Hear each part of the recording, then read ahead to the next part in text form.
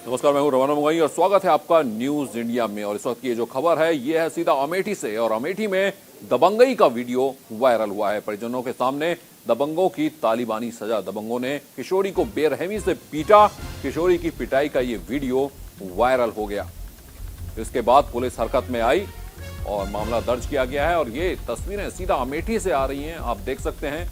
परिवार के सामने दबंगों ने युवती को पीटा, किशोरी को पीटा, और ये इस बेरहमी की ये तस्वीरें सामने आई हैं अमेठी से।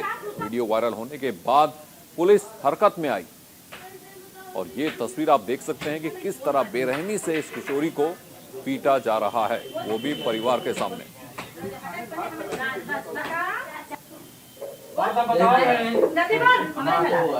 तो दबंगों की बेरहमी का ये वीडियो सामने आया है। अमेठी की ये घटना है जहां पर इस लड़की को बेरहमी से परिवार के सामने पीटा जा रहा है, उसका वीडियो बनाया जा रहा है।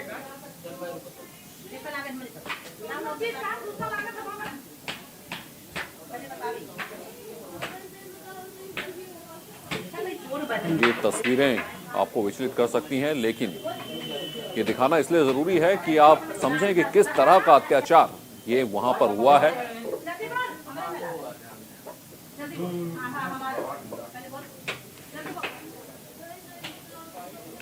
और सीधा रुख करते हैं लखनऊ का, जहां पर मुख्य योगी आदित्यनाथ शिक्षा विभाग के रसोइयों को संबोधित कर रहे हैं।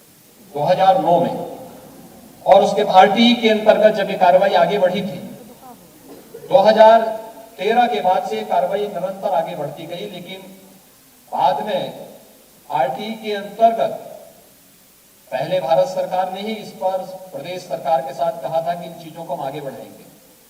वह व्यवस्था वहां पर एक प्रकार से खंडित सी हो गई। राज्य सरकार को सारी व्यवस्था का भार स्वयं उठाना पड़ रहा है और उन स्थितियों में भी राज्य सरकार किसी भी अनुदेशक की सेवाएं समाप्त नहीं किया, बल्कि उनकी सेवाओं को यहां पर प्रदेश के अंदर बनाए रखते हुए अभी भी उन लोगों को, यानी हमारे पास लगभग 1.25 लाख नए शिक्षकों की तैनाती होने के बाद भी उनकी सेवाओं को आगे निरंतरता बनाए रखने की कार्रवाई सरकार कर रही है। और हमारी मंशा भी है कि हम उनकी सेवाओं को लेकर के एक सुविचारित मत लेकर के हम आगे बढ़े, जिससे उनकी सेवाओं में किसी भी प्रकार का कोई अंतर न आने पाए। और आज के इस अवसर पर जब यहाँ पर काफी बड़ी संख्या में यहाँ पर अनुदेशक हैं और प्रदेश के अलग अलग जनपदों में भी अनुदेशक वहां पर इकट्ठे हुए हैं, मैं इस अवसर पर जो यहाँ पर मेरे पास प्रस्ताव आया था, उस प्रस्ताव में कुछ और बढ़ोतरी करते हुए हर अंशकालिक अनुदेशक को जो निर्धारित मानदेय है, इसमें प्रतिमाह हम लोग 2000 रुपये अतिरिक्त वृद्धि उन लोगों के लिए कर रहे हैं, जिससे उनके मानदेय को हम एक सम्मानजनक स्थिति में आगे बढ़ाने का कार्य कर पाएंगे।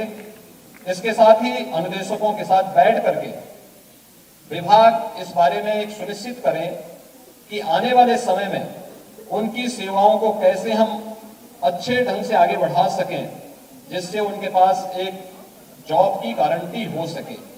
आप इस बात को देख सकते हैं कि बहुत सारी जगह जहां पर सरकार ने, तमाम राज्य सरकारों ने मानदेय में कटौती की है, वहीं राज्य सरकार इस मानदेय में बढ़ोतरी का कार्य कर रही है। आज के इस अवसर पर मैं एक बार फिर से आप सभी अनुदेशकों को, रसोइयों को एक बार फिर से बधाई देता हूं, अपनी शुभकामनाएं देता हूं और विश्वास व्यक्त करता हूं आप सब बेसिक शिक्षा परिषद के इस कार्यक्रम को मजबूती के साथ आगे बढ़ाने का कार्य करेंगे। आप सबके प्रति मेरी शुभकामनाएं।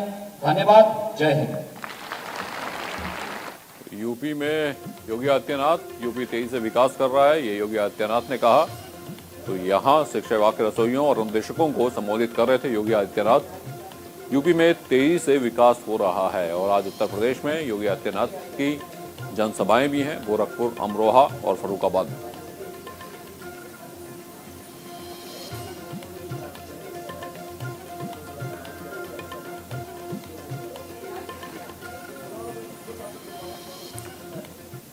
और ये एक और बड़ी खबर आपको बता दें, नई गाइडलाइंस के चलते दिल्ली में मेट्रो स्टेशन के बाहर लंबी लंबी लाइन लग चुकी है। कोरोना पाबंदियों के बाद ये लाइन लगी है। आज से 50% क्षमता से चल रही है मेट्रो।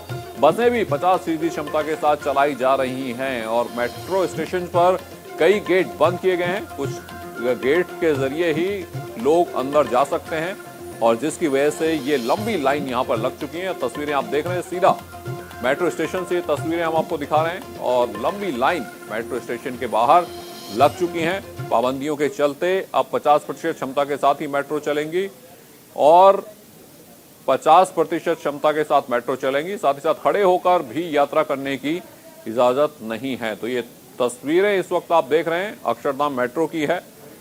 भीड़ भाड़ से बचें, लक्ष्मीनगर मेट्रो स्टेशन पर भी लाइन लगी है, बसों में भी आधे यात्री हैं। ग्रामीण सेवा फुल है, हालांकि ऑटो रिक्शा ई रिक्शा यहां पर भी सिर्फ 2 सवारी बैठाने की बात कही गई है पाबंदियों के चलते। तो ये पहला दिन है पाबंदियों का और आप देख सकते हैं अक्षरधाम मेट्रो स्टेशन पर भी लंबी लाइन लगी है। लक्ष्मीनगर मेट्रो स्टेशन पर भी यात्रियों की भीड़ नजर आ रही है, लाइन लगी है। बसों में आधे यात्री यानी बसों में भी जो 50% क्षमता है उसी के अनुसार यात्री सफर कर सकते हैं। तो पाबंदियों के बाद ये मेट्रो पर लंबी लाइन लगी हुई आप देख सकते हैं, ये सीधी तस्वीरें हैं। और हालांकि ये कहा गया कि जो सरकारी दफ्तर हैं या फिर प्राइवेट दफ्तर हैं वो 50% क्षमता के साथ ही काम करेंगे और जो ट्रांसपोर्ट है उसको लेकर भी यही गाइडलाइंस जारी की गई हैं दिल्ली में। मेट्रो जिस पर बहुत सारे लोग दिल्ली में निर्भर रहते हैं और यहाँ पर इसीलिए लंबी लाइन यहाँ पर लगी हुई है क्योंकि अब जो क्षमता है मेट्रो की वो 50% कर दी गई है और उसमें भी आप खड़े होकर यात्रा नहीं कर सकते हैं मेट्रो में। तो जिसकी वजह से यात्रियों की लंबी लाइन मेट्रो स्टेशन के बाहर देखने को मिल रही है। नहीं, लॉकडाउन की वजह से हो रहा है और क्या होगा। मेट्रो गेट एक बंद कर दिया उसके कारण। बिल्कुल, शुरू से ही बंद है, अभी थोड़े दिन के लिए खुला था फिर से हो गया। तो अब ये लंबा चलेगा तो क्या कुछ आप क्या उपाय करेंगे, क्या करेंगे? अभी बाई रोड भी नहीं जा सकते, भीड़ बढ़ी रही है। जो मेट्रो में जाने वाले हैं वो ऑटो से जा रहे हैं, वो और ज्यादा भीड़ बढ़ती जा रही है, कोई फायदा नहीं। नहीं, ये कल दोनों साइड खुला था, आज वन साइडेड खोलने के चक्कर में देखो 9:45 हो गया अभी तक और एक ऐसे ऑफिस जाएंगे। सिक्योरिटी गार्ड हमें हाफ एन आवर हो चुका है, अभी भी करीब उतना लग जाएगा, अभी हाफ एन आवर और लगेगा और ऐसे लेट पहुंचेंगे तो ऑफिस वाले क्या करेंगे। वैसे कोविड हो रहा है और बढ़ता जा रहा है और हमारी नौकरी के लिए बहुत खतरा होते जा रहा है। मेट्रो या बस में दोनों में कोई भी यूज़ कर लेता हूँ, बट मेट्रो बस से भी नहीं जा सकता क्योंकि बस में भी एक सीट छोड़कर बैठने की इजाज़त है और मेट्रो में इतनी बस भी नहीं रुक रही है। मेट्रो में क्यों नहीं जा पा रहे? मेट्रो में इतनी लंबी लाइन है कि समझ नहीं आ रहा कैसे जाऊँ। घंटों लग जाएंगे, लाइन में ही घंटों लग जाएंगे। हर दिन तो बस मिल जाती थी और लाइन भी इतनी लंबी नहीं होती थी मेट्रो की और दिन के अकॉर्डिंग, लेकिन आज तो लाइन भी लंबी है और बस भी नहीं रुक रही। कितनी देर से आप इधर घूम रहे हैं? लगभग 1 घंटे से मैं रुका हूँ यहाँ पर। यस, 1 घंटे से रुका हूँ मैं। लाइन में भी लगे थे? लाइन में तो मैंने लगा देख कर ही मैं सोच रहा हूँ कि इतना तो लंबा लाइन है कि मैं ऑफिस के लिए लेट तो हो ही जाऊंगा मैं। मेरे को यहाँ पर 15 मिनट हो गए यहाँ पर खड़े हुए, तभी से यहाँ मतलब मैं यहाँ से 6764 नजफगढ़ वहाँ के लिए आता हूँ तो वहाँ से अभी तक एक गाड़ी नहीं निकली यहाँ से। 6764 की एक भी सर्विस नहीं आई यहाँ से। तो फैसला सही लिया तो, लेकिन थोड़ा जो भी अगर हो ना पहले एक बार बता दिया जाए कि ऐसा होने वाला है तो आपको थोड़ा उसके लिए अवेयर होना चाहिए करके, क्योंकि इसका कोई अवेयरनेस पहले बताया था नहीं इसका कुछ ऐसा होगा करके। अचानक से फैसला ले लिया गया है, इससे काफी मतलब लोग, मेरे को तो ये लगता है कि मतलब परेशानी होंगे और तो कुछ होने वाला है नहीं। मैं इस फैसले से बिल्कुल एग्री नहीं करती हूँ, बिकॉज इससे सिर्फ प्रॉब्लम होती है जो डेली अपने वर्क पे जाते हैं, डेली जिनका आना जाना है। हम लोग ऑफिस से लेट हो जाते हैं, आने में भी बहुत प्रॉब्लम होती है, जाने में भी बहुत प्रॉब्लम होती है। जब गवर्नमेंट की रैलियां होती है तब ये लोग 50% लोग नहीं करते हैं। गवर्नमेंट की रैलियां निकलती है उसमें ओमिक्रॉन नहीं फैलता है। हॉस्पिटल्स में ये जो स्ट्राइक हो रही है, इतने सारे डॉक्टर्स जो बैठे हुए हैं स्ट्राइक पे, आप वहाँ पे। और दिल्ली के स्वास्थ्य मंत्री सत्येंद्र जैन क्या कुछ कह रहे हैं ये सुनते हैं। ये कहते हैं कि जो एयरपोर्ट से आ रहे हैं काफी बड़ी संख्या में। सर, एक बात आपने अभी ये कही कि ओमिक्रॉन के जो मरीज सामने आ रहे हैं, जो ट्रैवलर्स हैं वो संपर्क में आए हैं और घर के लोगों को भी ओमिक्रॉन हो गया या उन्हें कोरोना हो गया, ये इसमें कितनी सच्चाई है और कितनी बड़ी संख्या में? क्या ऐसा है कि कांटेक्ट में लोग, घर के लोग ज्यादा? ऐसा होता है कि जब एयरपोर्ट पे आते हैं सभी का टेस्ट किया जाता है, 100% लोगों का टेस्ट किया जाता है उसके बाद उनको दोबारा से दिल्ली सरकार के कॉन्ट्रैक्ट में सभी लोग रहते हैं जो होम आइसोलेशन में, तो जिसको भी हल्का सा भी कोई खांसी है, जुकाम है, कोई भी सिम्टम भी हल्का सा भी आता है तो उनके टेस्ट किया जाता है और 8वें दिन सभी का कंपलसरी या 5वें दिन या 8वें दिन कंपलसरी टेस्ट किया जाता है दोबारा से। तो उसमें कुछ लोग पॉजिटिव आ रहे हैं। तो क्या ये माना जाए कि दिल्ली में जो इन दिनों मामले तेजी से बढ़ रहे हैं, अब 500 मामले दर्ज हुए एक दिन में कल, उसकी वजह ओमिक्रॉन ही है? ये 1-2 दिन में बिल्कुल क्लियर हो जाएगा। ओमिक्रॉन काफ़ी संख्या में आ रहा है अब ओमिक्रॉन जो है। और देखो ये तो बिल्कुल क्लियर ही था, देखो पिछली वेव भी जब आई थी, जब बाहर से फ्लाइट आई थी तभी आया था, तो ओमिक्रॉन बाहर से आया है तो अब सोसाइटी में थोड़े दिनों में फैल जाएगा सबके अंदर, क्योंकि ऐसा रखना मुश्किल है कि जो लोग हजारों लोग की संख्या में आ रहे हैं कि वो सोसाइटी में किसी से कभी भी नहीं मिलेंगे। तो ये मान सोसाइटी के कितने केसेज आ रहे हैं सर? जो अभी तक ये था कि जो एयरपोर्ट जा रहे थे ओमिक्रॉन पॉजिटिव वो मिले थे जीनोम सीक्वेंसिंग में, क्या ऐसा भी क्लोज कॉन्टेक्ट कोई आ रहा है जैसा आपने? नहीं, क्लोज कॉन्टेक्ट तो आ ही रहे, मैंने बताया ना, उनके फैमिली मेंबर्स तो काफ़ी संख्या में आ रहे हैं। लेकिन वो तो सर डायरेक्ट एयरपोर्ट से हॉस्पिटल नहीं, वो नहीं, ना एयरपोर्ट से जो घर गए तो उसके बाद में जब पॉजिटिव आते हैं तो उसमें कई लोग, उनके घर के लोग भी पॉजिटिव आते हैं। एयरपोर्ट से ऐसे मरीज घर भी जाते हैं? नहीं, मरीज नहीं जाते, मरीज कोई नहीं जाता, मतलब जो नेगेटिव होते हैं उस टाइम पर बाद में 3 दिन बाद, 5 दिन के बाद, 7 दिन के बाद कभी पॉजिटिव बाद में भी होते हैं। जब वो पॉजिटिव होते हैं तो पूरी फैमिली पॉजिटिव निकलती है। अभी तक जो सर आप लोग जो नॉर्मल डेल्टा को जीनोम सीक्वेंसिंग के लिए भेज रहे थे, क्या उसमें से कोई ओमिक्रॉन पॉजिटिव आ? आज बता देंगे, काफ़ी बड़ी संख्या में रिपोर्ट आ जाने वाली है जो हमें भेजा हुआ है, इसमें कितने % ओमिक्रॉन है, कितना डेल्टा है, वो अलग अलग बता दीजिएगा। सर वैक्सीनेशन को लेकर जो तैयारियां सेंट्रल गवर्नमेंट की तरफ से बच्चों के वैक्सीनेशन को लेकर करिए, क्या तैयारी है? दिल्ली बिल्कुल तैयार है, पूरी तरह से तैयार है और हमारे पास डेली 3 लाख लोगों को वैक्सीन लगाने का पूरा इंफ्रास्ट्रक्चर तैयार है और हम उसके लिए तैयारी कर रहे हैं और सभी को लगाया जाएगा। तो दिल्ली में जो कोरोना के मामले बढ़ रहे हैं, 496 मामले कल दर्ज हुए हैं, पॉजिटिविटी रेट 1% के नज़दीक धीरे धीरे पहुंच रहा है और येलो अलर्ट भी जारी हुआ है। क्या ग्रैब को लेकर सरकार पुनर्विचार करने के लिए सोच रही है या फिर ग्रैब ही सही है, उससे ही कंटेन? नहीं, देखिए अभी तो जो स्टेज 1 है, येलो जो स्टेज थी उसको कल लागू कर दिया गया है। बाकी जो भी डिस्कशन होगा वो DDMA की मीटिंग के अंदर होगा। तो DDMA की बैठक में क्या ग्रैब पे चर्चा हो सकती है? अभी मीटिंग होगी, चर्चा होगी, उसके बाद ही पता लगेगा। फिर आपने कहा करीब 1% के करीब पॉजिटिविटी पहुंच रही है, तो क्या अगले अलर्ट को लेकर तैयार है दिल्ली सरकार? क्योंकि लगातार 2 दिन अगर 1% रहा तो वो अलर्ट आपको देखिएगा 2 दिन 0.5 से ऊपर रहा था, 2 दिन 0.5 से ऊपर रहा तो फर्स्ट स्टेज पे कर दिया गया। हो सकता है नीचे आ जाए, जरूरी नहीं है कि 1 से ऊपर ही रहे। सर एक सवाल और है, दिल्ली में 15 से 18 साल तक के बच्चों का वैक्सीनेशन होना है, कितने बच्चे हैं आकलन, अगर मोटा हिसाब मिल जाए कि कितने बच्चे हैं? दूसरा, क्या जो वैक्सीनेशन सेंटर जहां कोवैक्सीन लगाई जा रही थी वहीं पे बच्चों को वैक्सीन लगाई जाएगी या फिर आप कोई कई अलग सेंटर खोलेंगे? नहीं, देखिए पूरा इंफ्रास्ट्रक्चर तैयार है, हजारों सेंटर हमने बना रखे हैं, उन्हीं सेंटर्स को यूज़ किया जाएगा, अलग से इंफ्रास्ट्रक्चर बनाने की आवश्यकता नहीं है। ठीक है। और अब देखो फर्स्ट डोज तो लगभग कंप्लीट हो चुका है, सेकेंड डोज वाले लोग अपने जब नंबर आता है तभी आते हैं, तो अब जो फर्स्ट डोज लगवाने के लिए आएंगे वो। तो ये थे सत्येंद्र जैन। और पाबंदियां लगाई गई हैं और पाबंदियां लगाने की वजह से दिल्ली मेट्रो स्टेशन के बाहर लंबी लाइन लगी है और मेरे 2 सहयोगी 2 मेट्रो स्टेशन पर मौजूद हैं। जो संजीव हैं वो अक्षरधाम मेट्रो स्टेशन पर हैं, गौरव कनॉट प्लेस मेट्रो स्टेशन पर मौजूद हैं। सीधा पहले संजीव का रुख करते हैं। संजीव, क्या इस वक्त स्थिति है अक्षरधाम मेट्रो स्टेशन की?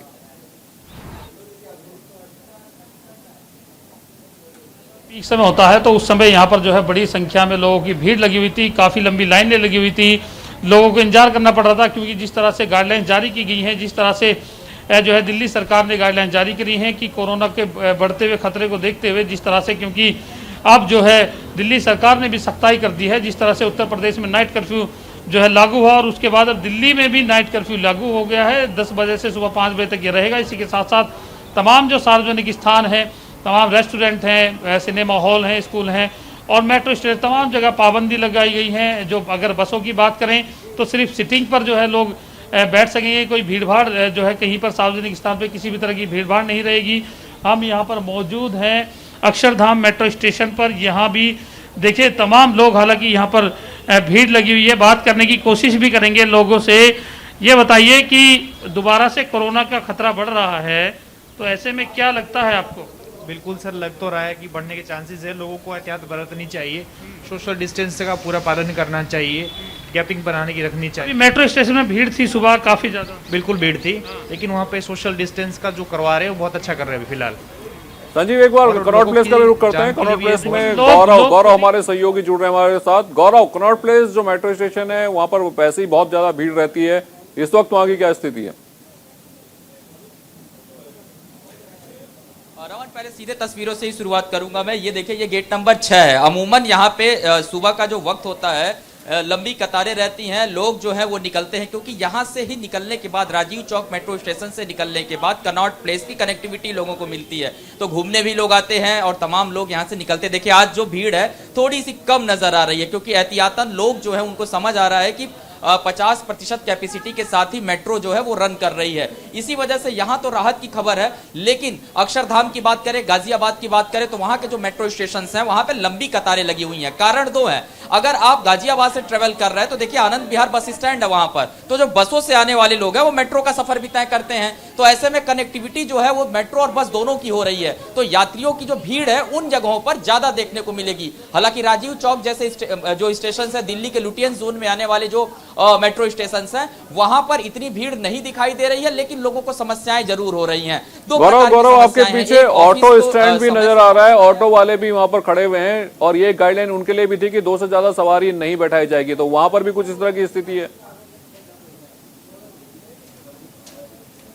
और बिल्कुल देखिए, जो ऑटो चालक हैं यहाँ पे लगातार सवारियों का इंतजार कर रहे हैं, और आज जो नियम है, क्योंकि उसके लिए भी बाकायदे दिल्ली पुलिस की जो टीमें हैं वो हर मेट्रो स्टेशन के बाहर तैनात की गई। देखिए, यहाँ पे भी दिल्ली पुलिस का एक जो कैंप है सामने यहाँ बनाया गया है, ताकि यहाँ पर किसी प्रकार की कोई मनमानी ना हो और कोविड को लेकर के सोशल डिस्टेंसिंग को किसी प्रकार से कोई खतरा ना हो, क्योंकि जो लोग हैं ट्रेवल एडवाइजरी जो है उसी तरीके से फॉलो करके यात्रा करें। तो जो ऑटो चालक हैं वो भी इसका ध्यान रख रहे हैं। इसके अलावा दिल्ली मेट्रो ने भी साफ कहा है कि जो मेट्रो में सफर करेंगे लोग, कोई भी खड़ा नहीं रहेगा, यानी जो 50% की कैपेसिटी है वो सिर्फ बैठ करके ही मेट्रो में ट्रेवल कर सकेंगे वो लोग। इसके अलावा जो मेट्रो स्टेशन के अंदर जो दिल्ली मेट्रो की अगर बात करूं डीएमआरसी की, उनका जो फ्लाइंग स्क्वाड है वो लगातार गश्त कर रहा है। बिल्कुल गौरव, और अक्षरधाम का रुख करते हैं। संजीव वहां मौजूद हैं। संजीव, अभी क्या स्थिति है? अभी भीड़ कम हुई, अभी लाइन थोड़ी कम हुई, क्योंकि पीक आवर इस वक्त नहीं है। देखिए, बिल्कुल, क्योंकि सुबह लाइन ज़्यादा रहती है, क्योंकि जिस तरह से लोग जो है अपने ऑफिस जाते हैं, अपने जो है काम जाते हैं। ये मेट्रो स्टेशन का गेट है, गेट नंबर 1, जहाँ से लोग एंटर कर रहे हैं। यहाँ हालांकि दिल्ली पुलिस भी तैनात है, क्योंकि यहाँ पर सुबह बड़ी संख्या में भीड़ मौजूद थी, कतार लग रही थी, क्योंकि आधी क्षमता के साथ मेट्रो जो है जो रेल है वो चल रही हैं। और ये देखिए, गेट के अंदर अभी फ़िलहाल जो है, क्योंकि भीड़ फिलहाल यहाँ सामान्य नज़र आती है। सुबह भीड़ ज़्यादा थी, क्योंकि जिस तरह से लोग यहाँ पर पहुँच रहे थे, क्योंकि लोगों को सुबह ऑफिस जाना होता है और तमाम जगहों पर लोग निकलते हैं सुबह सुबह, तो उसी वजह से यहाँ पर जो है, और जो मेट्रो की जो क्षमता है वो 50% कर दी गई थी, तो इस वजह से यहाँ पर लंबी कतार लग गई थी। लेकिन अगर बात करें, क्योंकि यहाँ जो ये यमुना बैंक के बाद यहाँ नोएडा की तमाम लोग जो नोएडा को जाने वाले हैं या फिर दिल्ली जाने वाले हैं, तो जो नोएडा जाएंगे वो अक्षरधाम से होते हुए जाते हैं मेट्रो से, तो इसलिए यहाँ पर जो है भीड़ ज़्यादा देखने को सुबह मिल रही थी। लेकिन अभी फ़िलहाल जो है स्थिति सामान्य यहाँ पर नज़र आ रही है, लेकिन लोग फिर भी बड़ी संख्या में यहाँ पर आसपास यहाँ पर लोग मौजूद हैं, क्योंकि तमाम लोग यहाँ पर आते हैं मेट्रो के लिए। हालांकि पुलिस ने जो है मेट्रो स्टेशन के अंदर तमाम लोगों को, सिर्फ कुछ ही लोगों को जाने की इजाज़त दे रही है, क्योंकि वो कोरोना गाइडलाइंस के यहाँ पर पालन करा रही हैं। दिल्ली पुलिस के तमाम लोग यहाँ पर खड़े हैं, क्योंकि सुबह जिस तरह से यहाँ पर पूरा भीड़ रही, तो उसी को देखते हुए यहाँ पर एहतियात के तौर पर पुलिस भी तैनात कर दी गई है, ताकि कोरोना गाइडलाइंस का जो है पालन कराया जा सके। जी संजीव, क्या रोक के लोगों को अंदर भेजा जा रहा है? मेन गेट पे ही रोक लिया जा रहा है एक संख्या के बाद? देखिए, क्योंकि अगर बात करें यहाँ से सीधा, तो मेट्रो स्टेशन क्योंकि ऊपर है और यहाँ से ये एंट्री गेट है, गेट नंबर 1, तो यहाँ से लोग फिलहाल अंदर जा रहे हैं। मास्क उनके जो चेहरे हैं उन पर लगा होना चाहिए। सैनिटाइजर यहाँ पर जो है स्कैनिंग की जा रही है लोगों की, कि अगर फीवर तो नहीं है या फिर उनको किसी भी तरह का कोई हो तो नहीं, तो स्कैनिंग करने के बाद ही यहाँ से लोगों को अंदर भेजा जा रहा है। हम आपको तस्वीरों में दिखाने की कोशिश करेंगे कि यहाँ पर देखिए, ये मेट्रो का स्टाफ यहाँ पर बैठा है और उसके हाथ में बाकायदा स्कैनिंग बिल्कुल संजीव, तमाम सावधानियां बढ़ती जा रही हैं और ओमिक्रॉन कोरोना के बढ़ते खतरे को देखते हुए तमाम पाबंदियां दिल्ली में लगा दी गई हैं। आप दोनों का बहुत बहुत धन्यवाद जुड़ने के लिए।